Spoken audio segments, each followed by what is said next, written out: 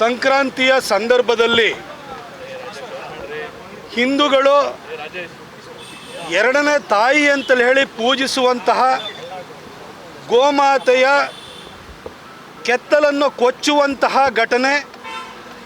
ಒಂದು ಪೈಶಾಚಿಕ ಕೃತ್ಯ, ಹಿಂದೂಗಳ ಧಾರ್ಮಿಕ ಭಾವನೆಗಳನ್ನು ಕೆರಳಿಸುವಂತಹ ಮತ್ತು ನೋವುಂಟು ಮಾಡುವಂತಹ ಘಟನೆ ಬೆಂಗಳೂರಿನ ಚಾಮರಾಜಪೇಟೆಯಲ್ಲಿ ಸಂಭವಿಸಿದೆ. ಇವತ್ತು ಬೆಳಗ್ಗೆ ನಂಜನಗೂಡಿನಲ್ಲಿ ಗೋಮಾಂಸ ಭಕ್ಷಕರು ಹಸುವನ್ನು ಕದಿಲಿಕ್ಕೆ ಬಂದು ಅದು ಬೆದರಿದಾಗ ಅದರ ಬಾಲವನ್ನು ಕಡಿದಿರುವಂಥ ಘಟನೆ ನಂಜನಗೂಡಿನಲ್ಲಿ ಸಂಭವಿಸಿದೆ. ಇಂತಹ ಘಟನೆಗಳ ವಿರುದ್ಧ ಇವತ್ತು ನಮ್ಮ ಮೈಸೂರಿನ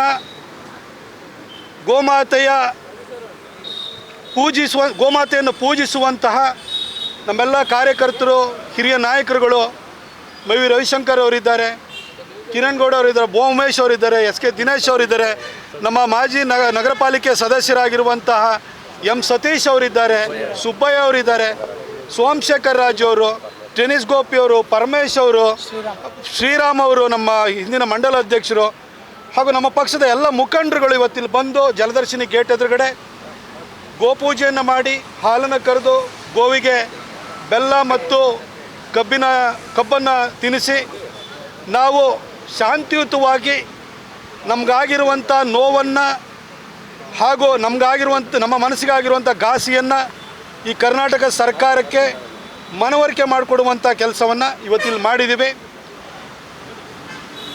ಇನ್ನು ಮುಂದೆ ಏನೇನು ಪರಿಸ್ಥಿತಿ ನಿರ್ಮಾಣ ಆಗುತ್ತೋ ಅನ್ನೋ ಒಂದು ಆತಂಕ ಇಡೀ ರಾಜ್ಯಾದ್ಯಂತ ನಿರ್ಮಾಣವಾಗಿದೆ.